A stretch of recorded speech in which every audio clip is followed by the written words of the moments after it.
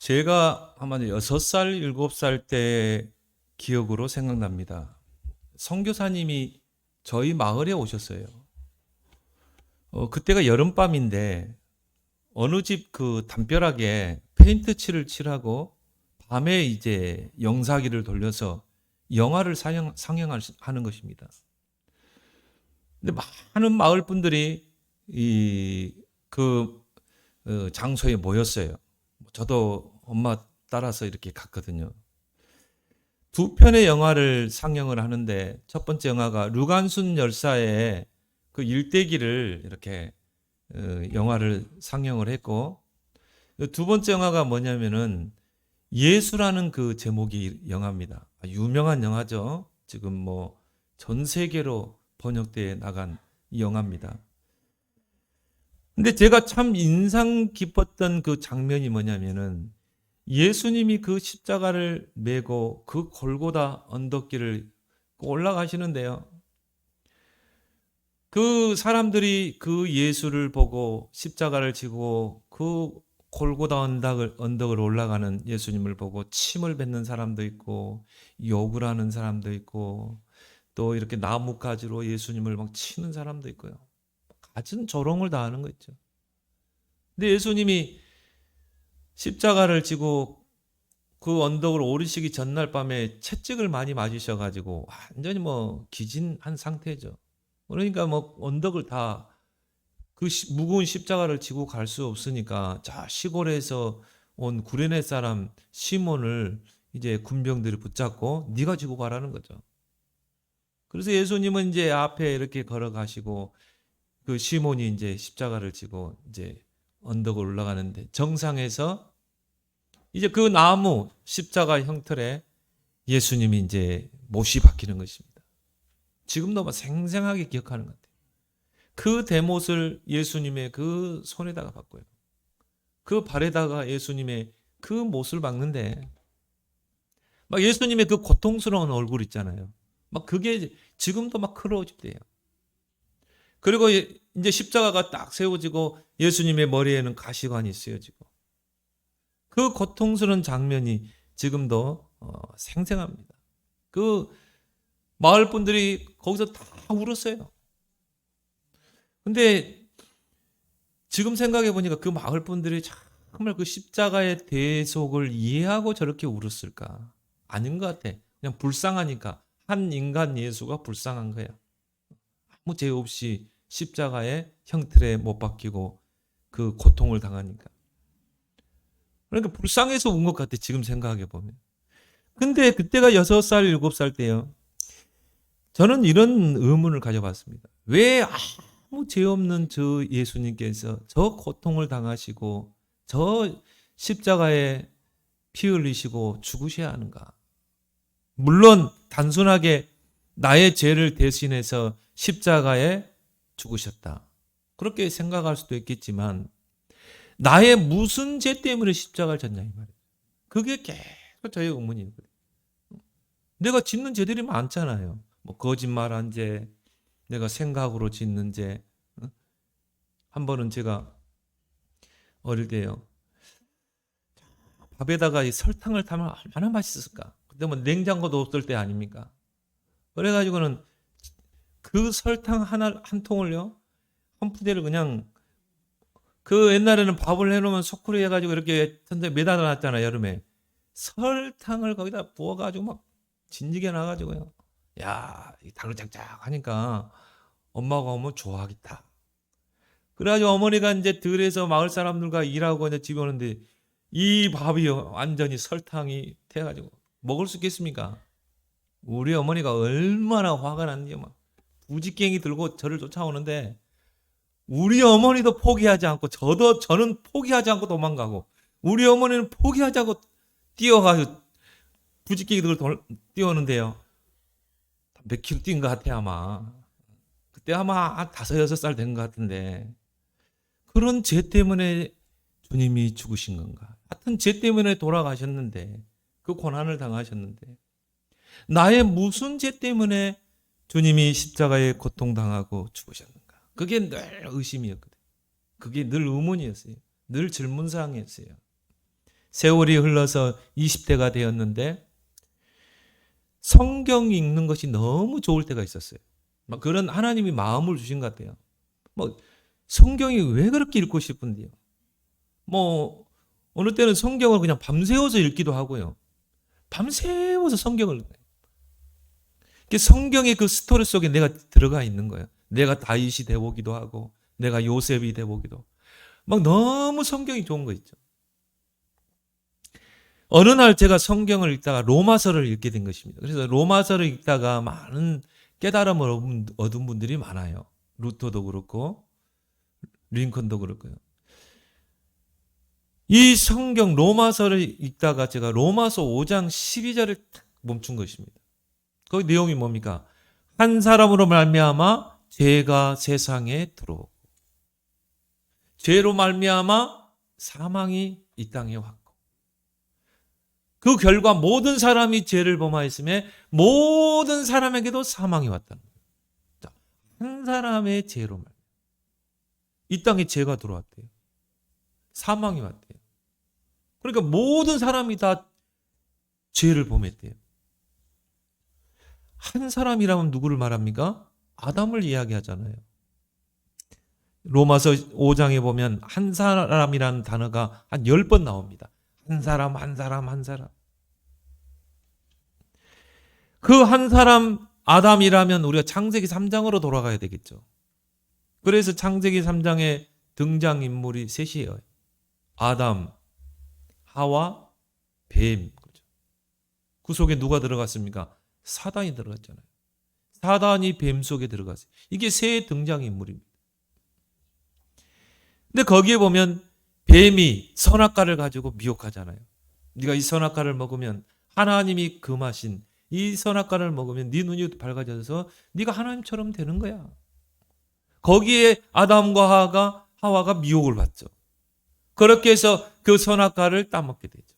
한마디로 불순종하게 된 것입니다. 하나님 앞에 불순종한 거, 이게 죄라는 거죠. 그래서 죄라는 게 하마르트야라고 그러죠. 관역을 빗나가다. 우리는 늘 우리의 시선과 우리의 마음과 우리의 생각은 늘 하나님께로, 하나님의 언약에로, 하나님 말씀에게로 관역이 맞춰져야 돼요. 그게 여러분이 바르게 신앙생활하는 것입니다. 여러분이 한 주간에 살아갈 때도요. 여러분의 시선과 여러분의 마음과 여러분의 중심과 여러분의 생각은 오직 하나님께로, 오직 그리스도에게로, 그리고 오직 언약의 말씀. 그래서 우리가 예배 드리는 거 아닙니까? 근데 이 관역이 벗어나 버린 거예요. 하나님의 말씀에 나의 모든 시선과 나의 모든 영혼이 집중해야 되는데 빗나가 버린 것입니다. 관역을 벗어나 버린 거예요. 그럼 어떻게 돼요? 마음이 하나님에게서 떠나게 돼 있어요. 그죠? 여러분들이 일주일 살아가는데요. 여러분 마음과 생각의 중심이 오직 육신적인 것, 세상적인 것, 정욕적인 것, 무엇을 먹을까, 마실까, 입을까, 거기에 집중되어 있으면요. 하나님께로부터 멀어지게 돼 있습니다. 마음도 멀어지고 생각도 멀어지고. 이게 계속 반복된다고 한번 생각해 보세요. 이게 하루 이틀 계속 반복돼. 점점 멀어집니다. 교회 떠납니다. 그나마 여러분들이 그래도 예배에 성공하기 때문에 다시 하나님께로 관역이 맞춰지죠. 그래서 여러분이 정식기도 하라는 것입니다. 하루에 한 번이라도 하나님께 집중하는 시간을 가지라는 것입니다. 이게 바로 죄예요. 관역을 벗어나다, 관역을 빗나가다, 거기서 나오는 게 원죄입니다. 오리지널 죄, 근본죄라고 그러죠. 바로 불순종의 죄로 인해서 하나님을 떠나 사단에게 붙잡힌 상태, 이게 원죄예요. 그래서 원죄는 어떤 면에서 상태입니다. 나의 영적 상태예요. 불신자는 그래요. 성경에 원죄가 어디 나와 있냐? 원죄라는 단어가 어디 있느냐는 거죠. 물론 성경에 원죄라는 단어는 없어요. 그러나 그 상태는 이야기하고 있어요. 불순종의 죄로 인해서 하나님을 떠난 상태, 그게 원죄입니다. 여기에서 인간의 근본 문제가 나옵니다. 바로 행복해야 될 인간이 왜 행복을 얻지 못하고 불행 가운데 있는가? 왜 고통 속에 있는가? 왜 저주와 재앙 가운데 있는가? 그 근본 원인이 뭔가? 원죄. 원죄는 뭐라고 그랬어요? 하나님을 떠나 죄와 사단의 권세 아래 있는 상태. 그게 이해되는 거 있죠. 로마서 3장 23절에 모든 사람이 죄를 범하였음에 하나님의 영광에 이르지 못하더니. 이게 바로 원죄구나. 하나님을 떠나 죄와 사단에게 붙잡힌 상태. 그래서 원죄라는 것은요, 인간이 멸망 상태에 빠지게 된 것입니다. 완전히 멸망 상태. 로마서 3장 10절에 의인은 없나니 하나도 없고. 그래서 인간의 힘으로는 구원을 이루어낼 수 없는 것입니다. 그래서 칼빈은 그거를 전적 부패라고 했죠. 전적 타락이라고 해요. 모든 사람은 다 하나님을 떠나 죄와 사단의 권세 아래 그 상태, 멸망 상태에 빠진 거예요. 그래서 하나님께서 구원의 길을 내셨죠. 그게 로마서 5장 8절입니다. 우리가 아직 죄인 되었을 때 그리스도께서 우리를 위하여 십자가에 죽으심으로 하나님께서 우리에게 대한 자기의 사랑을 확증하셨느니라.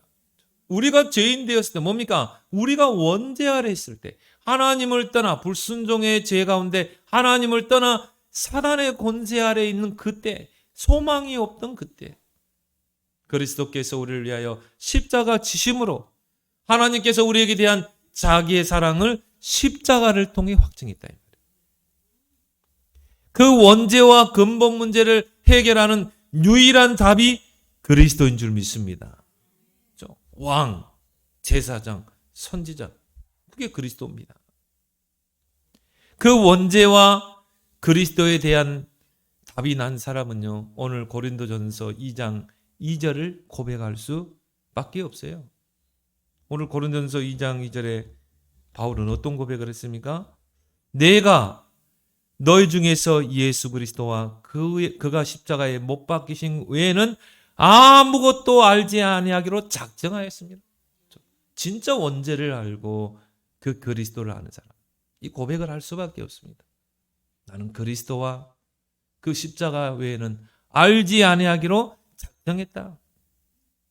갈라디아 6장 14절에서는 바울은 이런 고백하죠. 다른 사람은 육체를 자랑하지만 내게는 우리 주 예수 그리스도의 십자가 외에는 결코 자랑할 것이 없다. 그렇죠? 그리스도의 십자가 외에는 결코 자랑할 것이 없다. 왜? 언제를 아는 사람이요? 그리스도 해답을 아는 사람의 고백이죠. 이번 주간은 고난주간입니다. 주님이 이제 예루살렘에 입성하시고 여러 가지 일을 행하셨죠. 성전을 정결케 하기도 하고 혼인잔치에 참여하기도 하고 그리고 성전에서 매매하는 사람들 막 상을 얻고 짐승을 막 쫓아내고 주님이 막 화를 내시면서요. 너희가 이 거룩한 성전을 강도의 굴로 만들었다. 그리고 예수님이 자기의 십자가를 지실 그것을 생각하고 제자들과 밤에 성찬 예식을 하고 그리고 밤에 붙잡히시죠. 제자들과 함께 겟세마네 기도에 거기서 기도를 하면서요. 거기서 간절히 기도하죠. 십자가를 져야 되니까.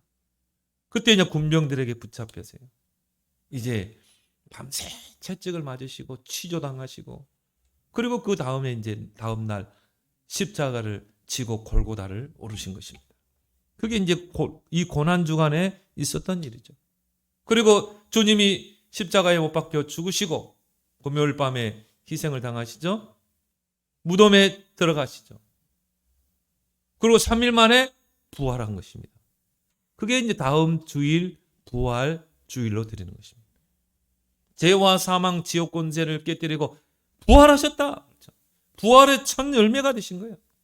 그래서 이번 주간은 고난 주간입니다. 여러분이 이번 주간만이라도요.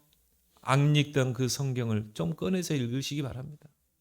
그래서 그 고난 주간의 내용만 한번 읽어보세요. 특히 마태복음 21장에서 28장 쭉 한번 읽어보세요. 주님이 고난 주간 어떤 일을 행하셨는지. 그 그리스도의 십자가는 나와 어떤 관계 속에 있는지. 그렇다면 오늘 종료주의를 통해서, 오늘 본문을 통해서 첫 번째로 우리가 기억할 건 뭡니까? 예수 그리스도를 풍성히 아는 자가 되자. 오늘 바울은 말합니다. 내가 너희 중에서 예수 그리스도와 그의 십자가에 못 박히신 것 외에는 아무것도 알지 아니하기로 작정했다 그러죠. 예수 그리스도와 그 십자가 외에는 아무것도 알지 아니하기로 작정했다. 그래서 안다라고 할 때요, 두 가지 개념을 통해 우리는 알게 되죠. 첫 번째는 뭡니까? 배움을 통해서, 학습을 통해서 알게 되죠. 그래서 우리가 지식을 쌓게 되잖아요. 두 번째는 뭡니까? 어떤 개념을 통해 알게 되죠? 체험을 통해 알잖아요.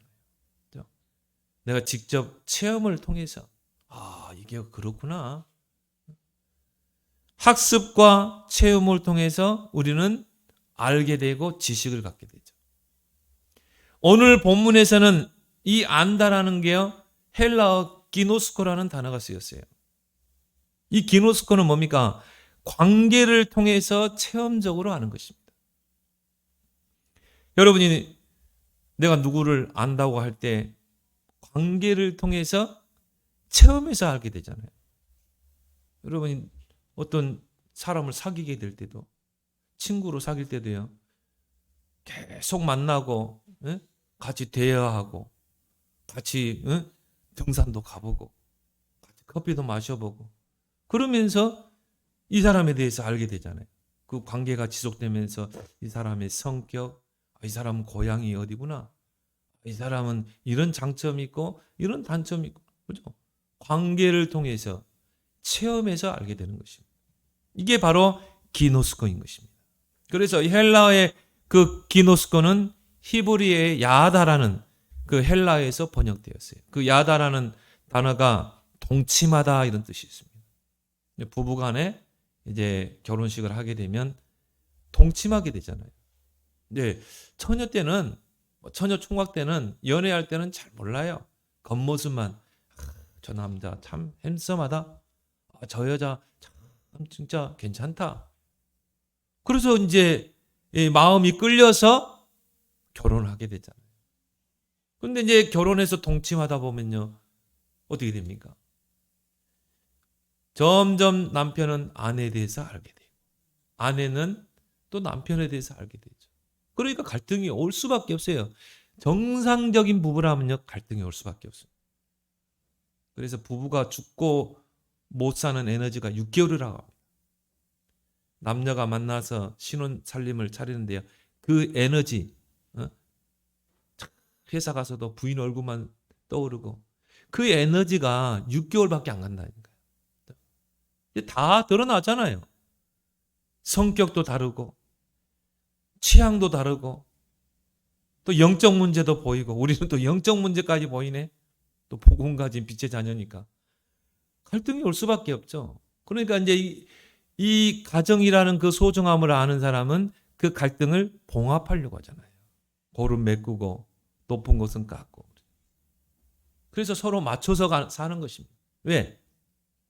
이 가정이라는 것은 하나님이 세운 제도요.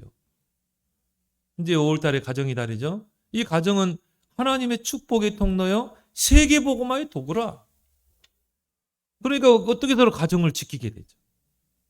또 이 가정의 울타리에 사단이 틈타지 않도록 영적 싸움을 싸우죠. 그리고 후대를 잘 키워야 되는 거죠. 관계를 하면 할수록 남자에 대해서, 아내에 대해서 더 지식이 쌓이게 되는 것입니다. 이게 바로 기노스코인 것입니다. 그래서 요한복음 15장에 예수님께서 포도나무와 가지의 비유를 설명했죠. 그 핵심 주제가 뭡니까? 내 안에 거하라는 것입니다. 나는 포도나무요, 너희는 가지니. 가지가 포도나무에 붙어 있으면 열매를 저절로 맺게 된다는 거예요. 그러나 이게 분리되면 어떻게 돼요? 가지가 죽게 되죠. 불태워지게 되죠. 그래서 너희가 포도나무에 붙어 있으라는 것입니다. 그리스도 안에 붙어 있으라는 거예요. 그럼 저절로 열매를 맺게 되고 또 풍성히 맺게 될 것이다. 그래서 이 포도나무 가지가 열매를 맺으려면 줄기에 붙어 있어야 돼요. 내 안에 거하라. 그리스도 안에 거하라는 것입니다. 우리가 주님 안에 거할 때 주님을 더욱더 풍성히 알게 되고요. 또 깊고 넓게 알게 되는 것이죠. 저는 여러분의 질문하고 싶어요. 여러분들이 그리스도를 얼마나 알고 계십니까? 그리스도를 얼마나 알고 계십니까? 너희가 내 안에 거하고 풍성한 열매를 맺으면 나와 너희의 관계가 주종의 관계에서 뛰어난 친구의 관계가 되리라. 어떤 사람은요, 주종간의 관계. 주님은 나의 주인이십니다.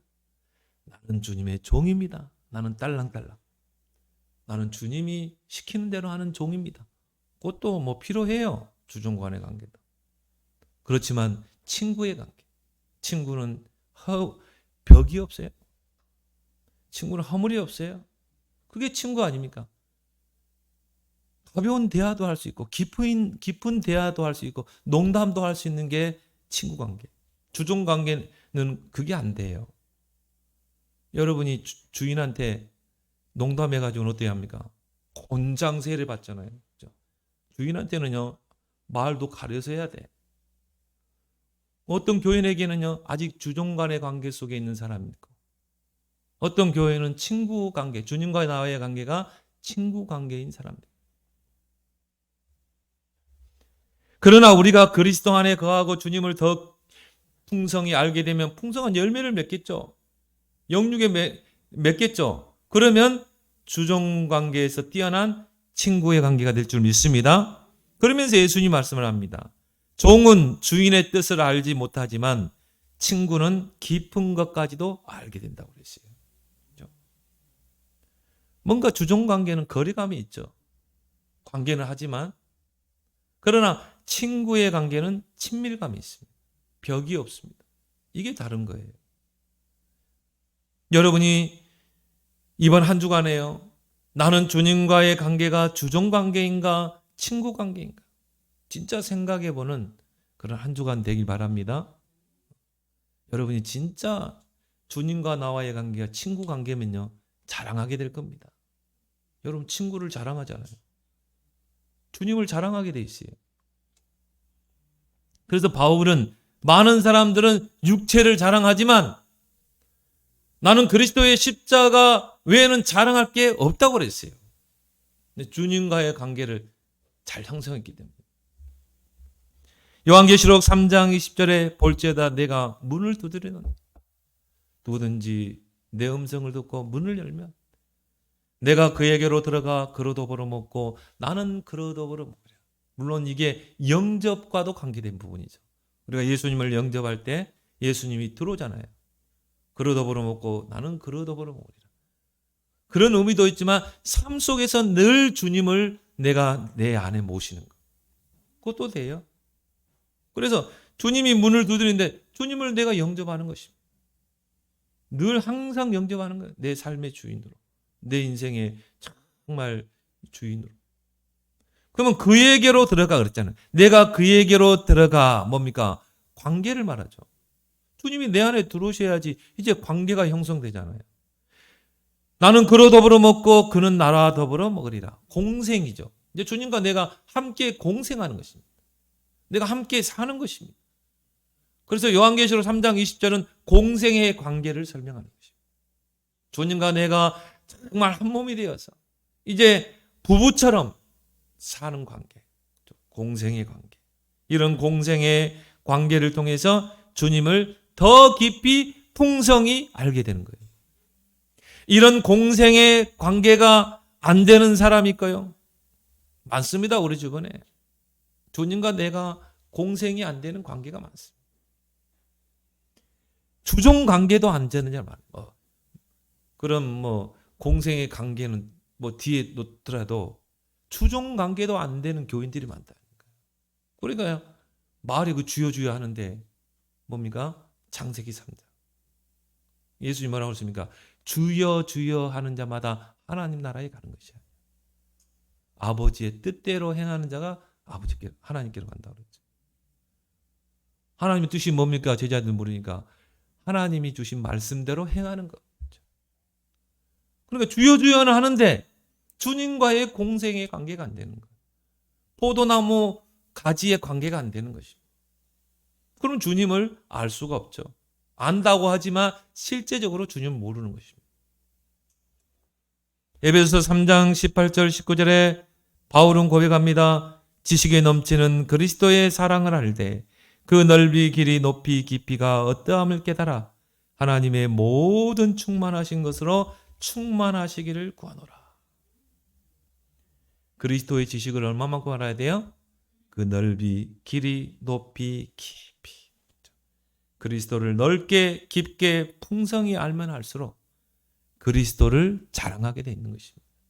그리스도를 증거하게 돼 있는 것입니다. 그런 여러분의 삶이 되길 바랍니다. 그래서 바울은요, 작정했다고 그랬어요. 작정했다. 두 번째 뭡니까? 십자가의 증인으로 서라. 내가 그리스도를 풍성히 알고 누리면요, 증인으로 서게 돼 있어요. 24시 예수 그리스도 안에 거하는 자는 예수 그리스도를 풍성히 알고 누리게 돼 있습니다. 반드시 그 사람은요, 십자가의 증인으로 서게 돼 있어요. 예수 그리스도의 십자가는 우리 인생의 모든 문제를 끝내고 구원을 완성하신 사건입니다. 예수님이 다 이루었다고 그래요. 십자가에서 다 이루었다. 구원을 다 완성했다. 골로새 2장 15절에 십자가로 승리했다. 죄의 권세, 사망 권세, 지옥 권세, 사단의 권세를 깨뜨리고 승리했다 이 말이에요. 십자가로 승리했느니라. 예수님이 십자가 지심으로 왕, 제사장, 선지자의 직분을 감당하신 것입니다. 그래서 우리는 그리스도라 이렇게 말하는 거예요. 갈라디아 6장 14절 내게는 우리 주 예수 그리스도의 십자가 외에는 결코 자랑할 것이 없다. 정말 예수 그리스도가 어떤 분인가? 어떤 일을 행하시는가? 나와 어떤 관계 속에 있는가? 나는 그리스도를 얼마나 누리고 있는가? 주님과 어떤 관계 속에서 내가 살아가고 있는가? 그거에 따라서 뭐예요? 그 십자가의 은혜를 전할 수밖에 없는 것이죠. 주님이 저와 여러분들을 베드로전서 2장 9절에 왕같은 제사장으로 부르셨어요. 왕같은 제사장으로 불러서 이 그리스도의 빛을 선포할 자로 불렀다 이 말이죠. 지금까지는 교회가 제사장 되신 그리스도를 많이 말해왔습니다.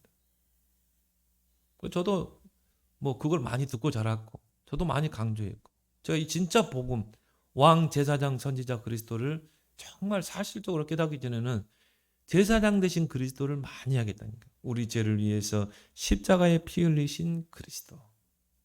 보혈의 피를 흘리신 예수님. 찬양도 다 그 보혈의 찬양이잖아요. 예수의 피 하면서. 이제는 우리가 만왕의 왕 되시는 그리스도를 함께 선포해야 될 시기입니다. 왜 그렇습니까?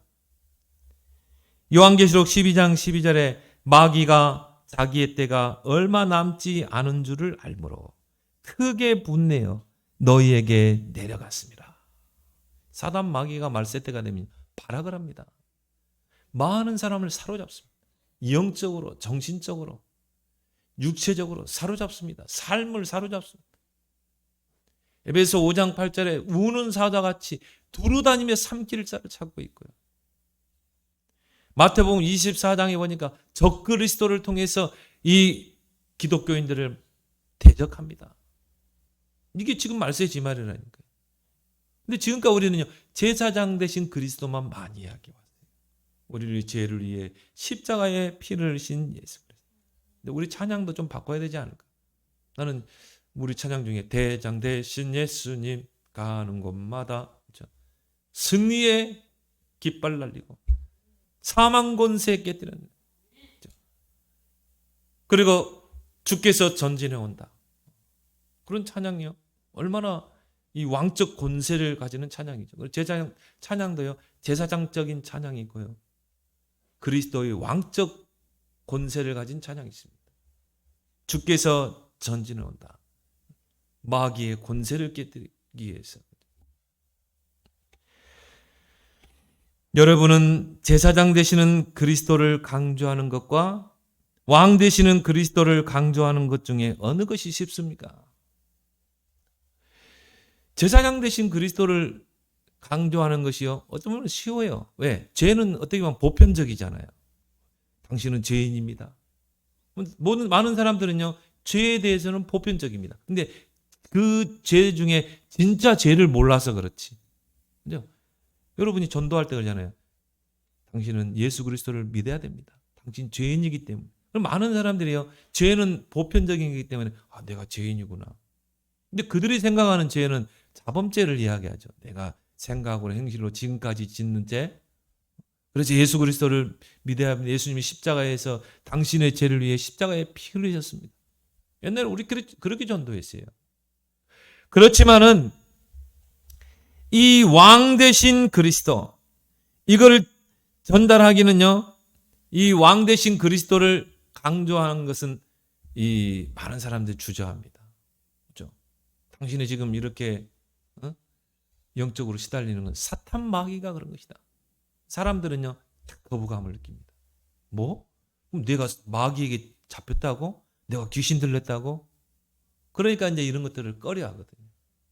근데 실상은 여러분 만나는 사람들이요, 마귀에게 잡혀 있거든요. 예수님이 이 땅에 오신 것은 마귀에게 잡힌 자들을 놓아주려 하심이라고 그랬잖아요. 실제 여러분들을 만나는 사람 보세요. 다 감추고 있습니다. 조금만 관계 맺으면요, 다 사탄 마귀 잡혀 있습니다. 영적으로, 정신적으로 삶이 잡혀 있어요. 그럼 우리가 왕 대신 그리스도를 강조해야 되죠. 정말 사탄의 권세를 깨뜨린 그 그리스도를 이제는 강조해야 될 때가 왔다는 것입니다. 그리고 여러분이 구원의 길에 한번 달인이 되어보세요. 그 구원의 길을 통해서요, 정말 왕, 제사장, 선지자 되신 그리스도를 선포해야 됩니다.